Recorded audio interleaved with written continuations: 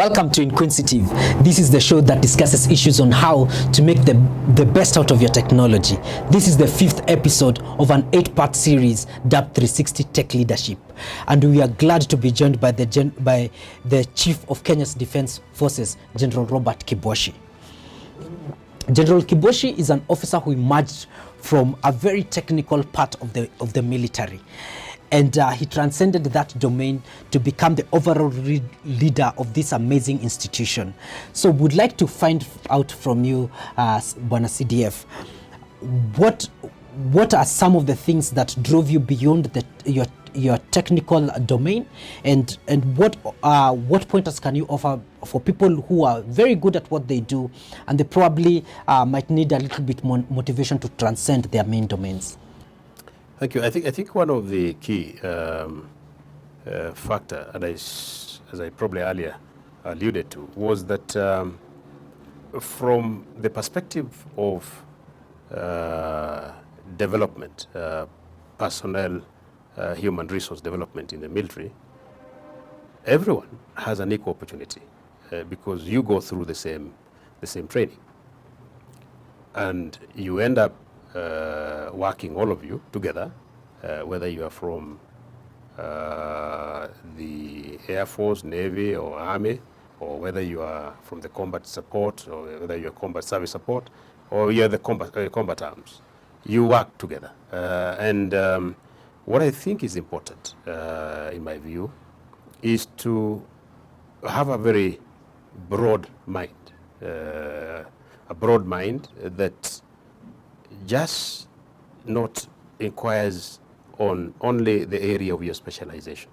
For example, my area of specialization was telecommunication engineering. As I said, I did my first degree in communications and electronics engineering.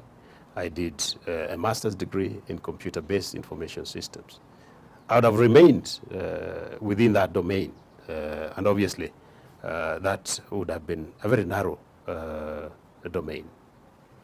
And I think applying yourself into a broader range of issues is critically important. But secondly, and I think the most important, is that the fact that the leadership in the military, as I said earlier, is able to recognize that you have the capacity to do a job that is beyond your specialization. One of the areas that I thought that was critically important for me was that I had leaders who were ahead of me, who saw my potential. And I recall a leader like General Kianga, for example, who was the chief of Defense Forces here. One of the instances that I was placed in an environment of ensuring that I test my ability was to be asked, for example, to become the chief of staff of the Eastern Africa Standby Brigade. A very new organization that was being created to bring together member countries of the Eastern African region. And the idea was that we form this as part of what is called the African Peace and Security Architecture. And I was thrown into that particular environment. And within a period of 2 years, we were able to bring together these countries to establish this particular organization. And I think it is the leaders themselves that develop their people.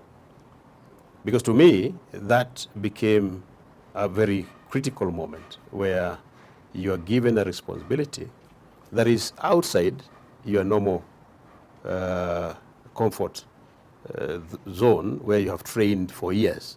And that has been, I think, one of the key areas where, and the lesson that I've learned personally, that irrespective of whether members of the organization are technical, if provided with an opportunity to prove themselves in different environments, they can be able to do it. And I think I'm a testimony to that. Okay, then thank you. So you've mentioned General Kianga and many of your predecessors who are crucial in identifying the talent that you have, and you do stand on the shoulders of military giants that we've had.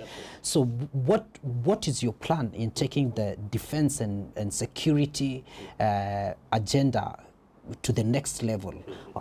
What's your general plan with inspiring the next level of defense and security transformation for this country?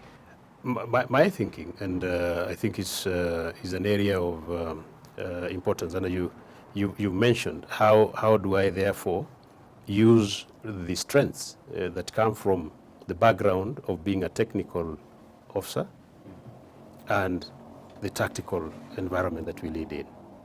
And I see myself as an important integrator of technology and operations. How, for example, do we modernize our communications and information systems within the defense forces to ensure that we secure ourselves from the cyber threats? That becomes a critical component.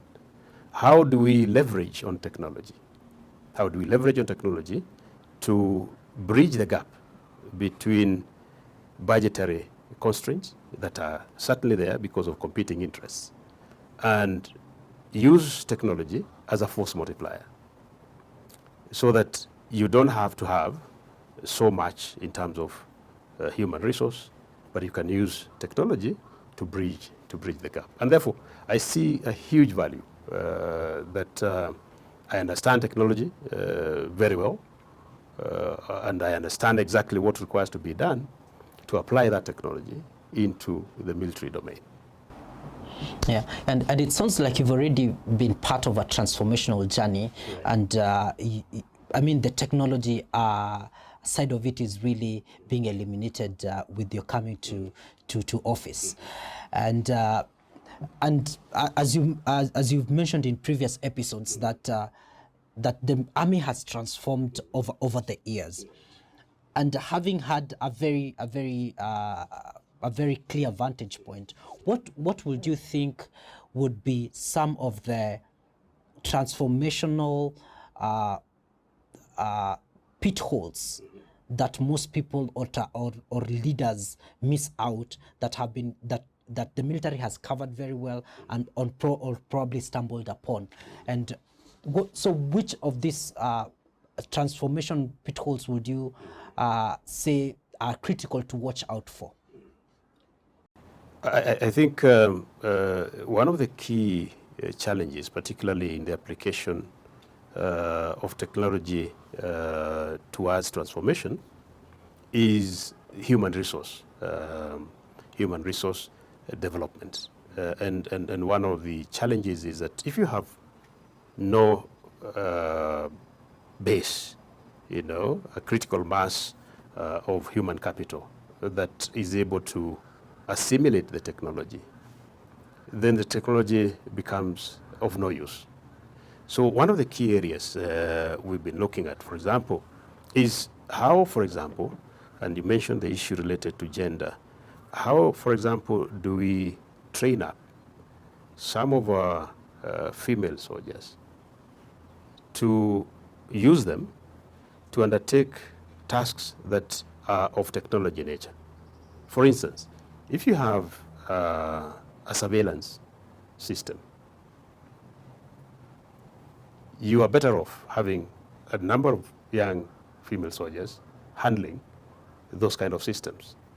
If you are manning, say, for example, a logistic supply management system, computer system, you can actually have a lot of young female soldiers and officers being the spearhead in terms of managing those resources. And we've done that. We tried to train as much as possible at the universities, Jomo Kenyatta University, particularly when I was in the army, so that we can relieve the men soldiers to go to the front,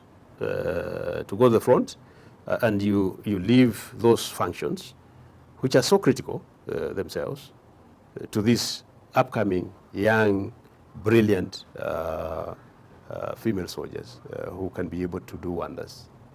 And it's something that we've tried, and it's something that has been tried also in other countries. It's not that we are the first ones to do it. And that obviously has two effects. One, you give a career to a female soldier that is beyond the normal soldiering.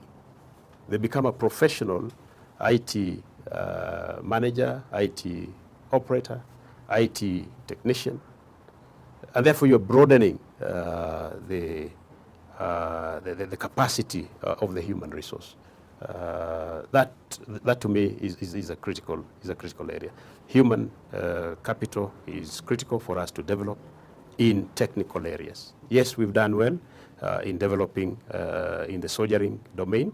We need to have a critical mass in the technical area. Oh wow! It sounds like getting a critical mass of your soldiers to assimilate technology is a huge priority for you, and that's you've also made a very good point about taking advantage of your staff dynamics to maximize on transformation. Okay, then thank you very much. We've come to the end of this episode, and we look forward to the next episode where we'll be talking about technology evolution and specific leadership issues in the security and defense sector. Thank you very much.